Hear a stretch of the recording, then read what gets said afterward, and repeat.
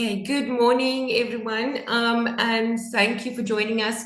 It is World Fertility Day, or it's actually, when you guys see this, it would be the 1st of November. We are celebrating the day before, for the Friday, for which World Fertility Day is on the Saturday.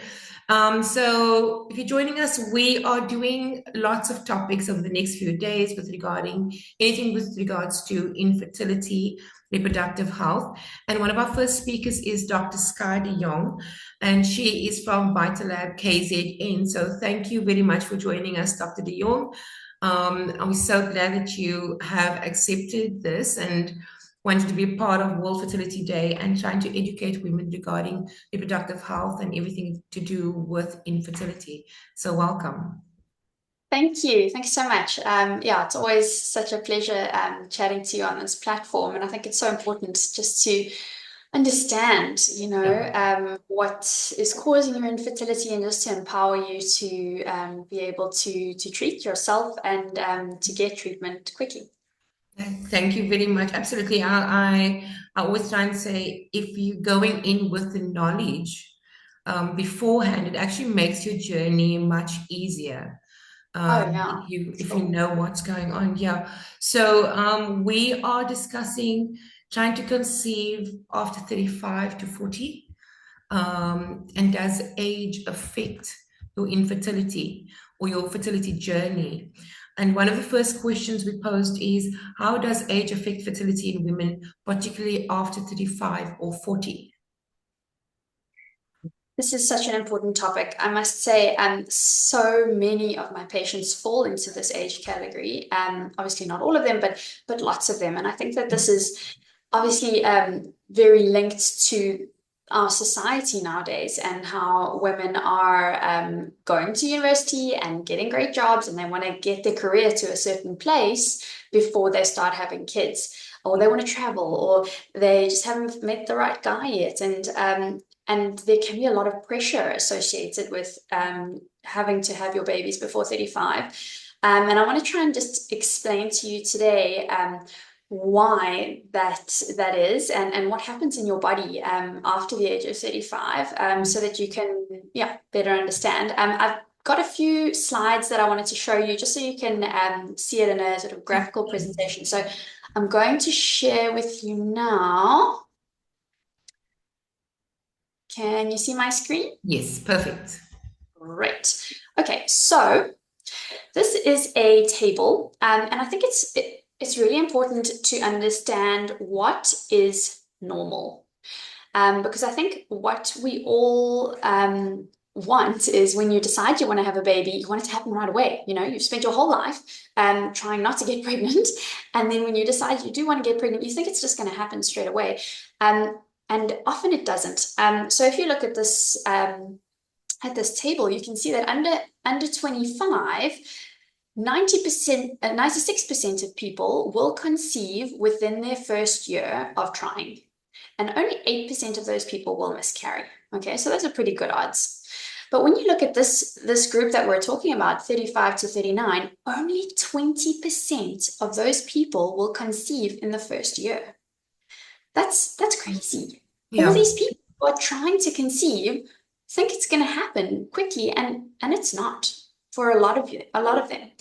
And 20% will miscarry, and I'll explain why that happens. And you can see that it's quite scary how rapidly these numbers decrease.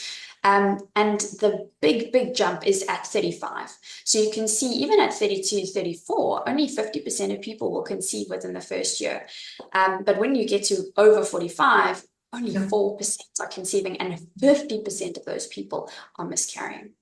Mm. Um, and you can see it really nicely again in this graph, where this black line is telling us about your maximum fertility compared to your miscarriage rate. And again, we're seeing this crossover just before 35, where your fertility suddenly takes a huge decrease and your miscarriage rate starts to go up.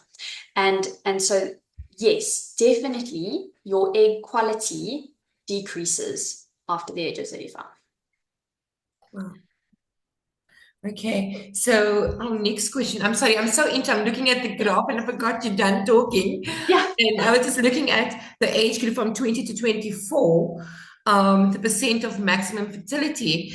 And at that age, we are always like we're trying not to conceive at that age. And yet that is the perfect age looking at your graph. It's true. And that's why in the past, 100 years ago, Yeah. infertility wasn't a big deal because everyone was doing it, was having babies from Yes. 20 to 24. So, Yes. no one really noticed that it was a problem. But age is a significant Yeah. problem in our society at the moment. Okay, thank you very much, Doctor. So our next question is, what specific fertility test would you recommend for women in this age group? So definitely a good idea to go and see your gynae before you start trying. But I mean, if you've already started, just go and see your gynae. Yeah. And the first thing that they'll do for you is an ultrasound. Okay. And these are two pictures of two different ovaries. The first picture is an ovarian ultrasound image of a 20-year-old woman. And the second one is of a 40-year-old woman. And you can see this is the ovary here, and all these little black dots are follicles, and Yeah. follicles are bubbles that each contain a microscopic egg. So you can see in this one slice of this ovary, we've got 1, 2, 3, 4, 5, 6, 7, 8, Oh, 9, 10, 11, 12, 13, 14, 15, 15 eggs in yeah. this ovary. That's a lot of eggs. Yeah. Uh, that's pretty normal at this age. But then in this teeny tiny ovary, first of all, you can see it's so much smaller, Yeah. and only two follicles. Okay, Oh, so this is going to give you a really good idea of what your ovarian reserve is like. So everyone is born with a set number of eggs. So usually you're born with about 1 million eggs. By the time you go through puberty, you're down to about 300,000. And then you lose about 1,000 eggs every month. Okay, the ones we're seeing on the ultrasound are the ones that have made it to the outside of the egg, of the ovary, and they're available to be chosen to be the one that ovulates that month. yeah. Now, in a 20-year-old, usually we're going to see about 15 to 20 eggs per side. But then in a 40-year-old, normal would probably be about 4 per side. So those numbers decrease with age, but everybody's different. So you can get a 35-year-old who's only got 4 per side. And this is called diminished ovarian reserve. And as you get to the bottom of the barrel of eggs, the Mm. egg quality decreases even more. So although you're 35 and we expect X number of your eggs to be normal, if you Yeah. have fewer eggs than the average 35-year-old, then fewer of those eggs are going to be normal. The quality will be lower. Yeah. Um, so we can determine what the chances are of you conceiving relatively soon by looking at these egg numbers. And then there's a blood test that we can do as well called an AMH, anti-Mullerian hormone, which also tells us about your egg number. And indirectly, that tells us about your egg quality. Mm. So this is a graph of normal AMH values. So at the age of 24, you're looking at about 3.4. Anything sort of south of this, and we start getting into polycystic ovarian territory. But yeah, normal is about 3.4 at the age of 24. At 35, a normal AMH is about 1.4. Okay. And then anything less than that might correlate with lower quality eggs. So if you are 35 and you have an AMH of 0.6, you are likely to have the quality of eggs of a 40-year-old. Okay, we'll talk a little bit about what the quality refers to. So generally under the age of 35, about 30% of your embryos will be chromosomally abnormal. And I'll explain what that means a bit later. But then at the age of 40, that number is closer to 70 to 80%. And so you can see that the abnormal number of eggs and therefore embryos increases drastically. Yeah. So these are some of the tests that we can do to look at your egg number and your egg quality. But what's important to understand is that a low egg number doesn't mean you're not going to fall pregnant. Yeah. Okay. It's not a linear relationship. So you're not going to come to the gynae, get an AMH, and then we say, oh, it's really low, you're not going to be able to have kids. Definitely not.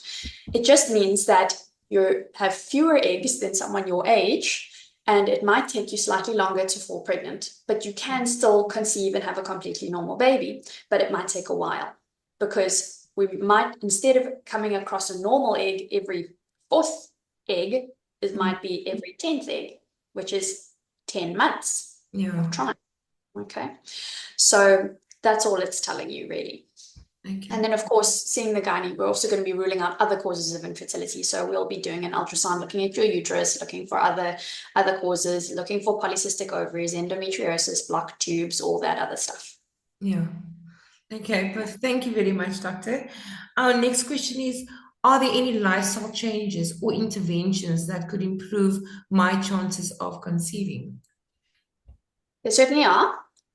So there is evidence that moderate exercise will improve your chance at fertility. So what is moderate exercise? At least 3 times a week for about 30 to 60 minutes. You don't need to be doing excessive exercise. So on either side of that, they found that no exercise is associated with increased chances of being obese and therefore increased risks of infertility. And then over exercising, so if you're running like 10 Ks every day, then your body kind of feels like it's being chased by a lion. And if your body thinks you're being chased by a lion, it's not going to let you have a baby. Yes. So if you're doing moderate exercise, that's not too much and it's not too little, then that's sort of the sweet spot. In terms of diet, there's a lot of information out there. I'm not a dietitian, but generally a healthy, balanced diet and trying to keep your BMI between 18.5 and 25 is what we're aiming for. Definitely stopping smoking. Smoking is a huge, huge risk factor for infertility as well as for ectopic pregnancies and miscarriage. And binge drinking is also associated with increased miscarriage and increased infertility. Importantly, adequate sun exposure. So vitamin D levels have been associated with infertility as well as miscarriage, low vitamin D levels. So if you have Caucasian skin, then the advice is to spend 20 minutes a day exposing 20% of your body. So this is ideal for people who work from home, just sit near the window, have your legs in the sun for 20 minutes. And the darker your skin is, the longer you need to spend in the sun. So for African skin, they talk about 120 minutes, 20% of your body exposed per day. And then obviously, everything in between. So sun exposure, usually in the morning. So we're not talking, I don't want everyone coming at me with we're all protecting our skin and trying to prevent aging here and trying to prevent skin cancer. Morning sun is great and definitely without suntan lotion. Yes. So because if you're putting that factor 50 on, you're going to block the vitamin D absorption. Yes. So yeah, that can help. And then decreasing your stress. And I know this is so hard in today's day and age. But again, it's the whole lion chasing you story. Yes. So we'll talk a bit more about that towards the end of this presentation. Okay, thank you very much. The next question is, what options are available for women who have a diminished ovarian reserve? So there are a couple of things that have been studied and shown to have proven effect. So we're looking at, there's no real way to make more eggs. Okay, so you're born with a set number of eggs. We can't make more, but we can maybe make one more follicle available per month by giving you some DHEA, which is a precursor to testosterone. It's an oral tablet that you would take daily. It's quite tricky to find, and generally you need a prescription. Most of the fertility clinics stock it and we dispense it because it's tricky to find. And it has been shown to improve egg quality and slightly improve the number of eggs available for that month, which is relevant in IVF pregnancies, but not that relevant when you're trying to fall pregnant on your own. Coenzyme Q10 has also been shown to improve egg quality. You can get that off the shelf. It's quite easy to find. However, the indications on the box, the amount that they prescribe is actually quite a lot lower than what is recommended in the studies. So we recommend 150 milligrams 3 times a day, not just every day, not just once a day. So that has been shown to be beneficial. There is some evidence that ovarian PRP can play a role. So in patients who have super low ovarian reserve, like they've only got 1 or 2 follicles, then there's some evidence that injecting your own plasma. So we draw your blood, we spin it down, and then the plasma on top gets injected transvaginally into your ovary to try to rejuvenate, increase blood flow and rejuvenate those ovaries. There's some evidence that it improves the spontaneous pregnancy rate. So you're getting pregnant on your own thereafter. We've done a couple of them here. We haven't had a lot of success with it, and it is quite pricey and invasive. So yeah, but for some people it can work. And then of course egg preservation, so if you get diagnosed with diminished ovarian reserve, you're not ready to have a baby, or you haven't found a partner, then preserving your eggs now is a really good idea, because that egg quality is just going to decrease as you get older. And so yeah, those are your options really. I'm hearing egg preservation a lot these days, a lot more these days. I feel everyone is pushing that quite a bit, and I can see why. Because a lot more women are struggling with infertility. So I think that is what they are pushing. Am I right? Yeah, so we call it social egg freezing, and it's very related to age. I see it a lot in patients who are in high-powered jobs, and they're single, and they hit 34, and their families are putting all this pressure on them. And I think apart from the obvious fertility benefit in the future, if you find that you need those eggs, just the psychological benefit of knowing that you can relax and you don't need to find a husband and get pregnant, Yes. I think the pressure is hectic, and so just to take that pressure off, I think it's worth doing. But it's not if you've got diminished ovarian reserve, it can be quite a stressful process, because you might need multiple stimulations in order to bank enough eggs to actually make a difference. And we'll talk about those egg numbers in a little bit. Okay, thank you very much. How does the quality of eggs change with age, and what implications does this have for fertility treatments? I think we've gone through quite a bit of that, but let's. So what I've done is I've taken that question, and I've gone a little bit deeper into it to explain what egg quality is. And it's basically all about the chromosomes. So this is what your chromosomes look like.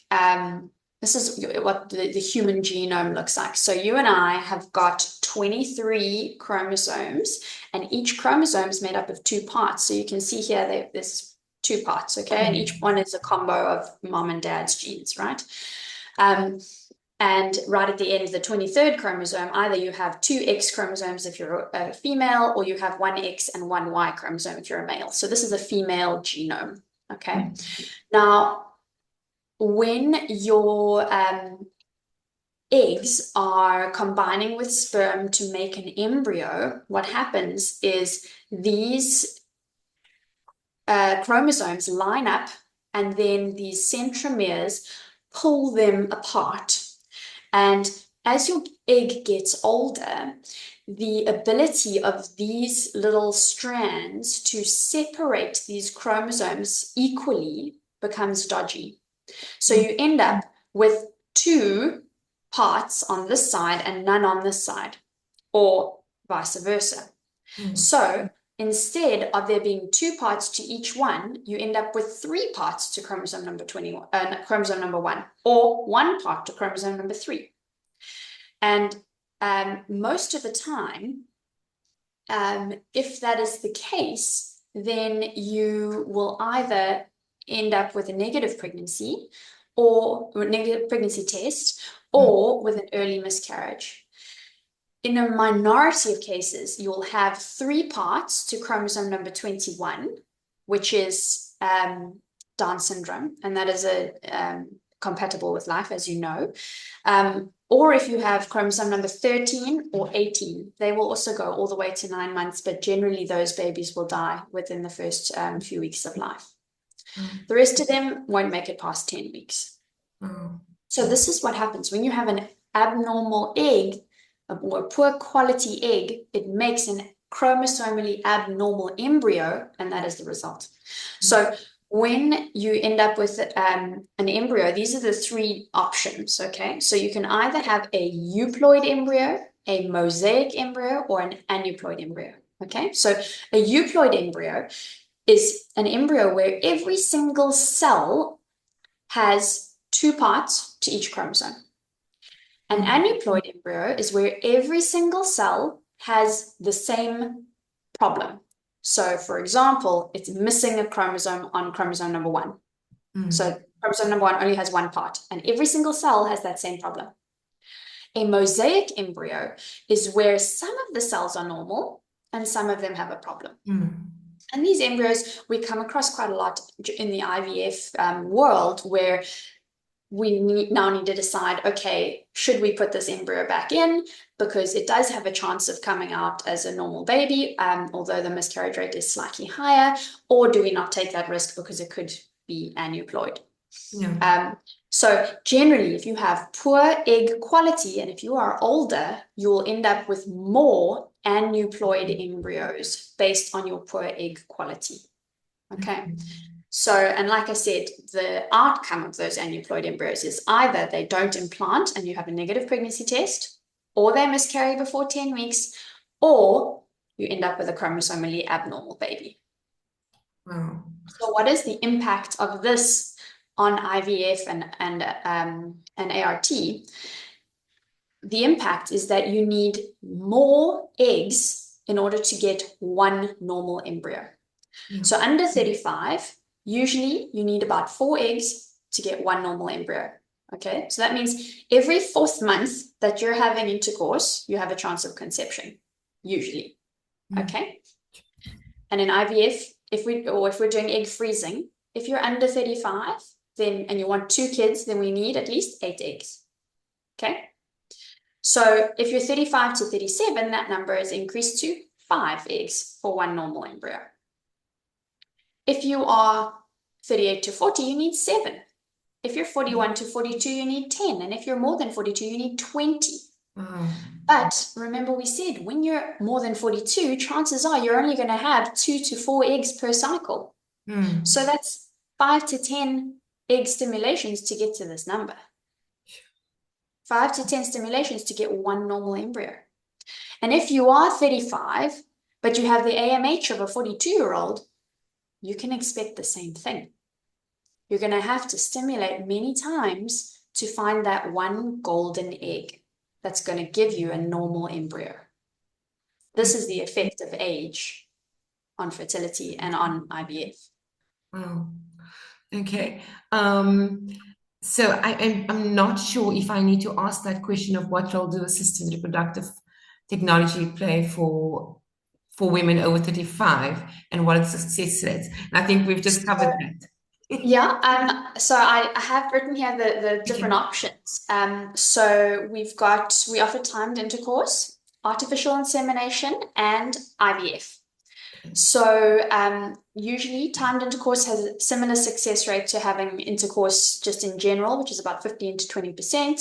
Artificial insemination will be slightly higher because basically all you're doing is injecting the sperm into the uterus instead of into the vagina. So it doesn't have to fight through the cervix, and it's like a half marathon instead of a full marathon. So it's just slightly easier. Those options are not great options for patients who are over the age of 35 because there is no genetic testing that can be done here.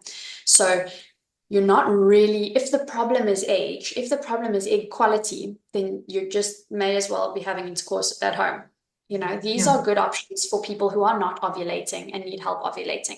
And people with polycystic ovaries, people with a male sperm factor, but generally people who are under the age of 35. And we said that it's not impossible to conceive this way over the age of 35. It's just less likely because it's probably going to take a long time. And you might conceive with an abnormal embryo and end up with a miscarriage or needing to terminate or having to choose if you want to terminate. IVF has a success rate of about 60%.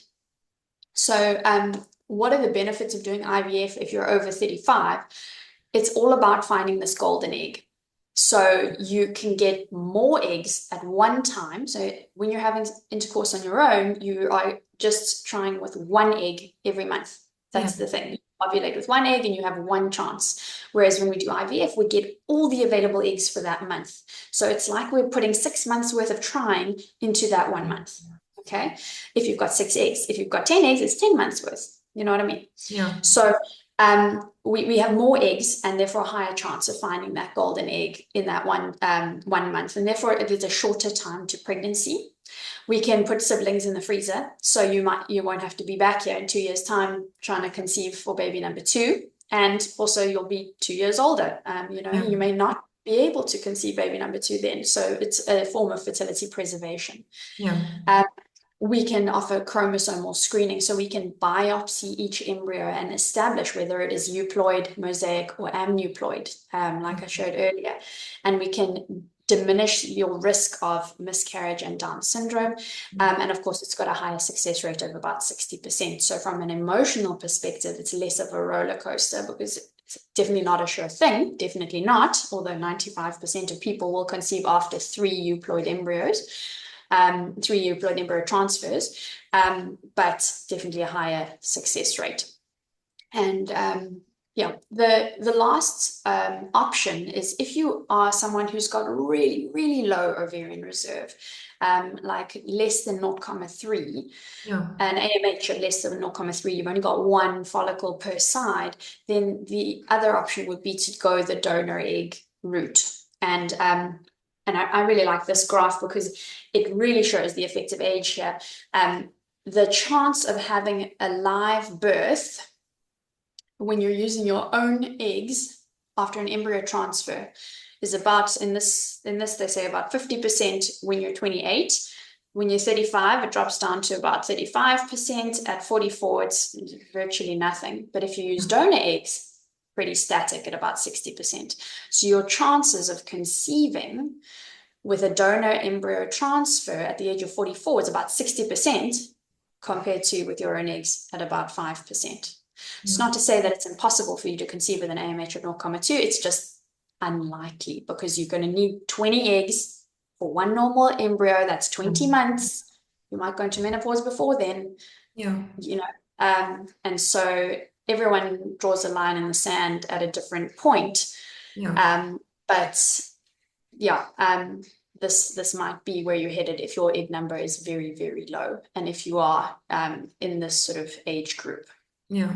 If you don't mind me asking, you don't have to answer, but what was the oldest patient that you've ever done IVF for, if you are allowed to answer that?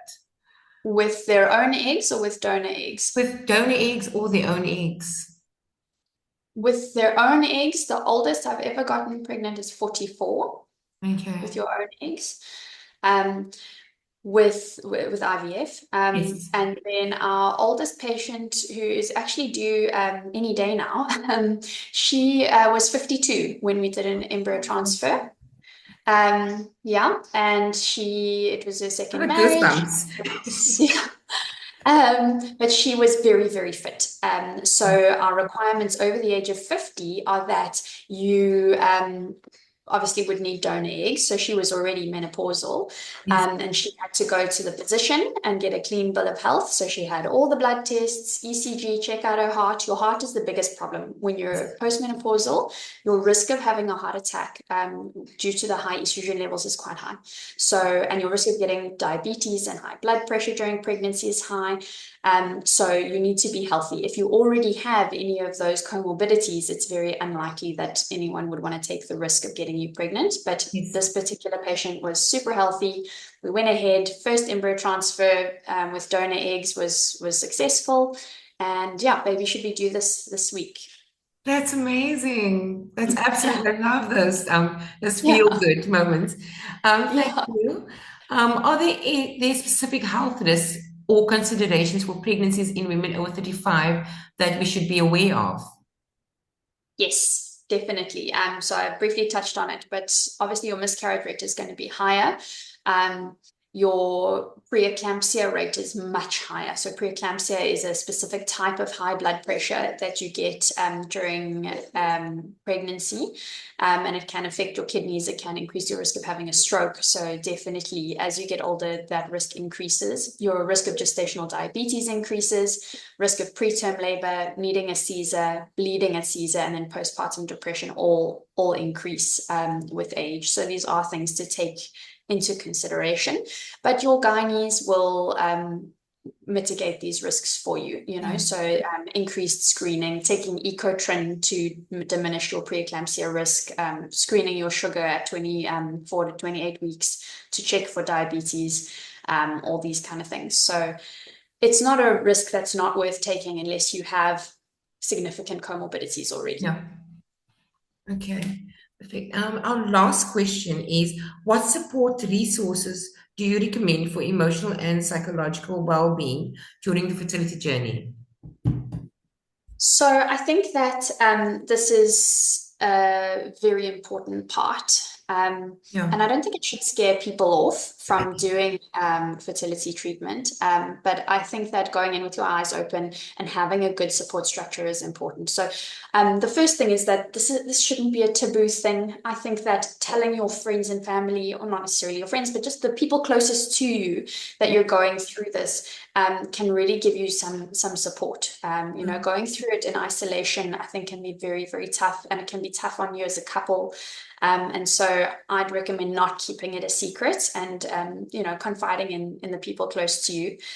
Support groups like this one with Fertility Solutions, I think, also play a huge role in educating and empowering you. You could see a fertility coach. We often work with Kelly Lynch, and she can sort of hold your hand every step of the way. We also involve the help of pelvic floor physios to help us with acupuncture and meditation. And I find that helps to decrease stress and anxiety during the process. If we feel that you require a psychologist in terms of couples counseling or just anxiety, depression, then we will refer you to a psychologist. Here at Vitalab KZN. We are associated with a psychologist with a special interest in fertility, so that's very helpful. And then, of course, our coordinators are absolutely wonderful. I mean, they treat you like you're their child. And they're so caring and always there for you. In fact, everyone at our clinic. And so you'll be in really good hands. I think all of us at all the clinics are very aware of how this is such an emotional journey, and we really do try and make it as easy as possible for you, and so that you feel like we're your fertility family. Yes, yes. Thank you so very much. Thank you for taking the time out to do this talk today. Thank you to Vitalab KZN, that has actually been want to be part of National Fertility, I would say week. I'm going to call it National Fertility Week, World Fertility Day, but World Fertility Week, sorry. So yeah, and you can reach Dr. Skye De Jongh. She's at Vitalab KZN.